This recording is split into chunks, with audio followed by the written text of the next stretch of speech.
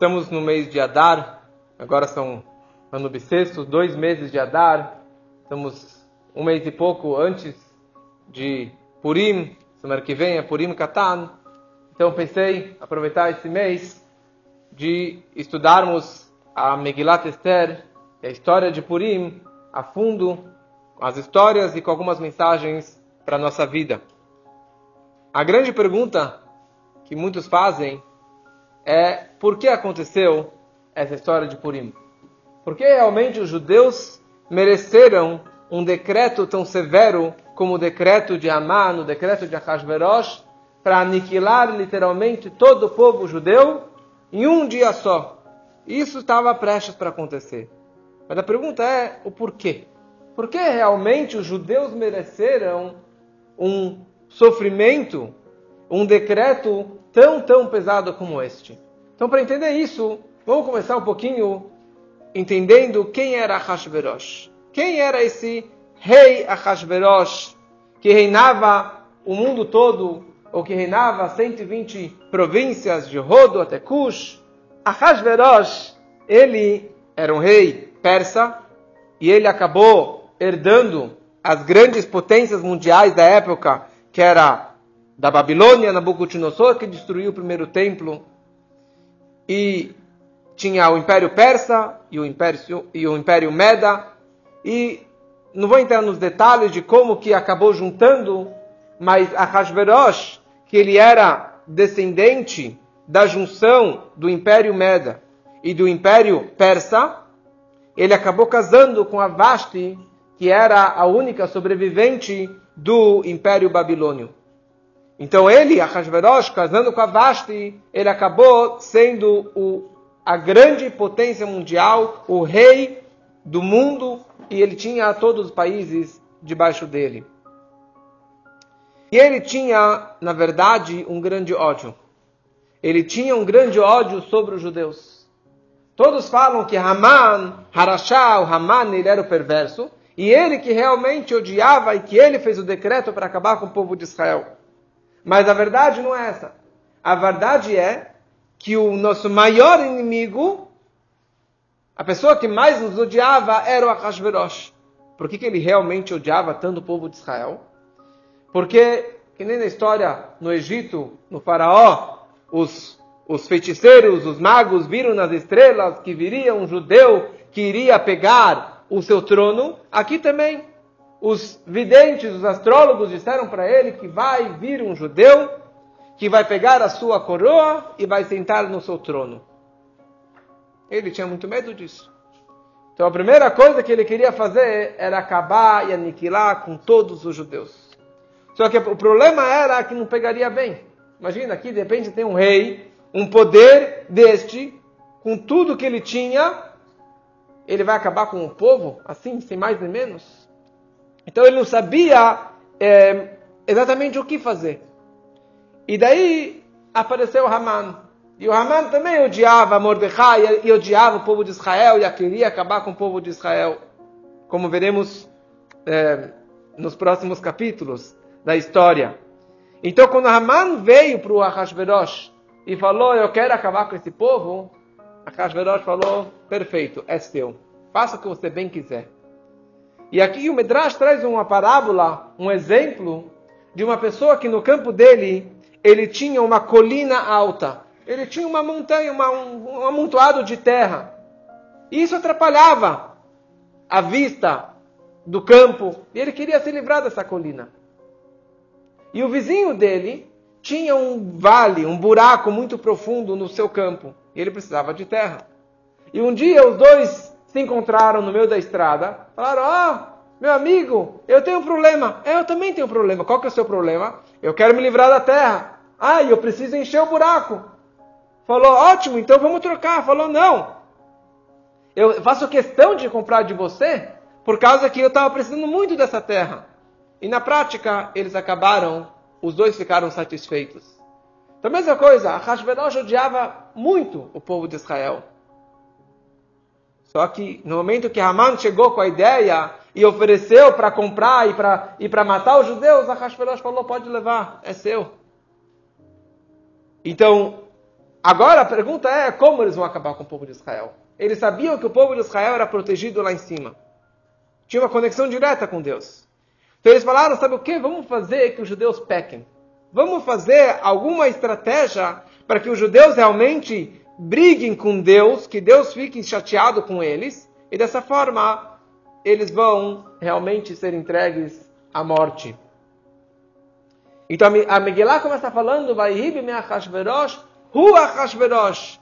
Hu, que ele fala, foi nos dias do rei Achashverosh, ele é Achashverosh. Tipo, eu sei que é Achashverosh. Não, fala Hu Achashverosh. Quer dizer, esse é o Achashverosh. Que toda a história de Purim não é por causa do Haman. Hu Achashverosh. Ele é o Achashverosh que odiava o povo de Israel. Então, e a Megillah começa a nos descrever de tal forma, porque se você lê a história de Purim, parece uma história normal. Tinha um rei, daí veio a rainha Esther e falou pelo povo, e daí o rei Achashverosh acabou com o decreto. E a festinha das crianças. Mas na verdade a história de Achashverosh, a história de Purim, não é festinha de crianças, e não é uma história qualquer. A Megillah quer nos descrever os detalhes de tudo o que aconteceu, para que você entenda o quão grande foi este milagre. Que não é uma história qualquer, é a maior história, a maior salvação do nosso povo. Por quê? Porque aqui eu estou falando de uma pessoa mais rica do mundo. Porque Achashverosh, ele herdou os 3 impérios mundiais, e ele herdou também o que Nabucodonosor saqueou quando ele destruiu o Beit HaMikdash. Ele levou todos os objetos de ouro, a menorá de ouro, os vasos de ouro e todo o dinheiro que tinha em Jerusalém. E tudo isso acabou caindo na mão do Achashverosh. Então não é uma pessoa qualquer que você pode falar, cancela um decreto. E aqui ele fez um grande banquete. E depois, o mais engraçado da história, para você não pensar que é uma coisa normal e que é um grande milagre, que Achashverosh, ele era muito amigo do Haman. Ele amava o Haman. E naquela refeição que ele fez, ele ficou chateado com a Vashti. E quem deu a ideia para matar a Vashti foi o Haman. Então ele matou a sua querida esposa, que era de sangue real, que grande parte da grana dele veio por causa da Vashti. Ele matou a esposa por causa do seu grande amigo. E depois, mais para frente, ele acabou matando o Haman por causa da Esther. Ele acabou matando esse grande amigo por causa da outra esposa. Então não tem nenhuma lógica de uma pessoa como essa, que vai matar a mulher por causa do grande amigo, e depois vai matar o grande amigo por causa da mulher. E ele também decretou, em algum momento, antes do Achashverosh, foi permitido que os judeus voltassem a construir o Beit HaMikdash. Mas ele acabou cancelando essa permissão. Ele parou a construção do segundo Beit HaMikdash por causa desse medo. E por causa que o Haman estava fazendo a cabeça dele que você não pode apoiar o povo judeu. E a Vashti, mais ainda, porque o avô dela era Nabucodonosor. Como que você vai reconstruir a casa que meus avós destruíram? E como você vai apoiar um povo tão odiado? Então ele fez um banquete. Ele fez um grande banquete. E a Megillah descreve todo o luxo e a fartura e a abundância, copos de ouro e vinho à vontade, comida à vontade, 180 dias de festa. Mas isso a Megillah descreve Bishnat Shalosh Lemalcho, que a festa do Achashverosh foi no 3º ano do seu reinado. Por que no 3º ano? Todo ano ele fazia uma mega festa. Todo ano ele fazia uma mega festa. Mas agora, no 3º ano, ele fez uma festa de 180 dias. E começou no mês de Nissan e terminou em Rosh Hashanah, terminou em Tishrei. Ele fez aqui essa festa por causa de algumas razões. Nesse 3º ano, por causa que ele tinha medo de inimigos que poderiam destruir o seu poder, o seu reinado. Então ele conseguiu, na véspera desse 3º ano, acabar com esses inimigos. E a maior razão é a questão do número 70. Havia uma profecia dos nossos profetas e o mundo inteiro sabia, e ele, Ahasverosh, também sabia, que os judeus, quando foram exilados de Israel para a Babilônia, eles ficariam 70 anos no Galut, 70 anos no exílio, e após 70 anos, os judeus voltariam para sua terra e iriam construir o segundo templo, o segundo Beit HaMikdash. E Ahasverosh, ele fez um cálculo de 70 anos. Só que ele fez um cálculo errado. Ele fez um cálculo a partir do momento que Nabucodonosor expulsou os judeus de Jerusalém. E dali ele calculou 70 anos, que seria no ano 3.307, 29, e ele fez a sua refeição, ele fez a sua refeição 70 anos depois. Mas não era esse o cálculo que Deus estava calculando, que nossos profetas haviam dito. 70 anos seria a partir da destruição do segundo Beit HaMikdash, que foram anos depois. Do primeiro Beit HaMikdash, desculpa. Do primeiro Beit HaMikdash. Então ele errou no cálculo. E por isso que ele fez aquela mega festa, porque ele estava comemorando que agora sim os judeus não vão voltar mais para Israel. Essa profecia que os judeus vão, um judeu vai herdar o meu trono, a minha coroa, também não vai mais acontecer. E por isso que ele fez essa mega festa. Então naquela festa ele usou a roupa do Kohen Gadol, do sumo sacerdote. Naquela festa tinha do lado dele, uma opinião fala que ele usou, outra opinião fala que ele não usou, o trono, que era um mega trono, super bem feito, que era do rei Salomão, que estava com ele também. Atrás dele tinha a menorá do Beit HaMikdash, vários objetos, e todas as taças de ouro que ele serviu, tudo isso veio do templo sagrado. Então ele tinha tudo isso daqui, esbanjando isso daqui na sua festa. Então ele convidou 127 países, províncias, para sua festa. E não só os reis, os ministros. Ele convidou os duques, com as esposas, com toda a família, com as crianças. Os exércitos de todo Parás, de todo Meda, de toda a Pérsia. Todos os generais. E milhares e milhares de pessoas. E durante 180 dias, acabou tendo essa troca de pessoas que vinham, trocavam e ficavam lá comemorando durante todo esse tempo. Quando acabou esses 180 dias de festa, ele falou, sabe o quê? Agora, como eu falei antes, o propósito dele era fazer que os judeus pecassem. Como eu vou fazer que os judeus eles pequem? Então ele fez agora uma segunda sessão.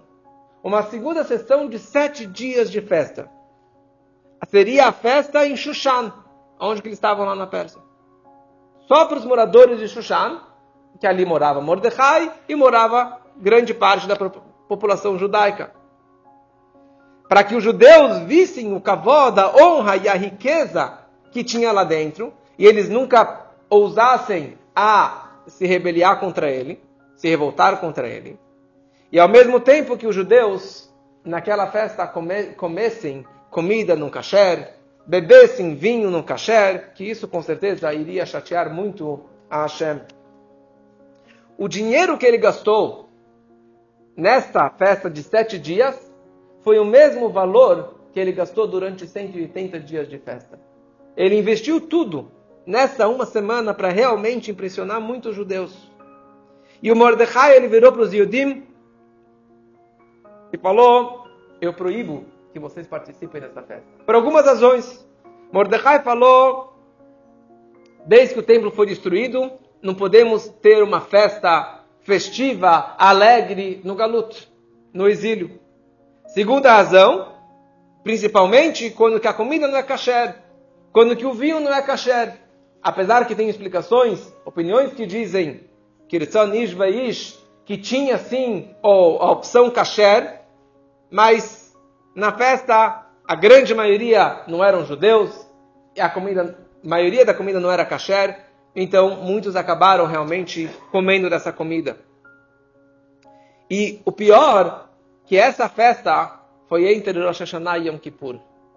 Começou logo depois de Rosh Hashanah, e a festa de 7 dias terminou no dia de Yom Kippur. Então imagina você ir numa festa como essa, nos dias de Aseret e Metchuvah. Então, a pergunta é, por que os judeus eles foram? Por que os judeus realmente, Mordecai era o Rebbe, era o Tzadik, era o líder da geração, falou, não participem dessa festa. Mas eles falaram, mas aqui tem um conceito na lei que diz que Kvod Malchut, você tem que honrar a realeza, você tem que honrar o rei. Se o rei te deu um convite oficial, te convidando para um banquete como esse, você não pode simplesmente não aparecer. Alguns não vieram, os outros líderes, tzadikim da época, eles fugiram de Shushan. Mas Mordecai, ele estava lá. Então, o que aconteceu foi, o maior pecado deles, fora da comida kasher, fora que eles participaram da festa, foi o fato que eles foram à festa para honrar o rei. E dessa forma, demonstrando para o rei, você é o homem. Na hora que nós te darmos essa honra, esse kavod, você vai acabar nos salvando de muitas complicações. Então isso que acabou sendo o maior pecado que os judeus receberam sobre si, esse grande decreto que levou à história de Purim.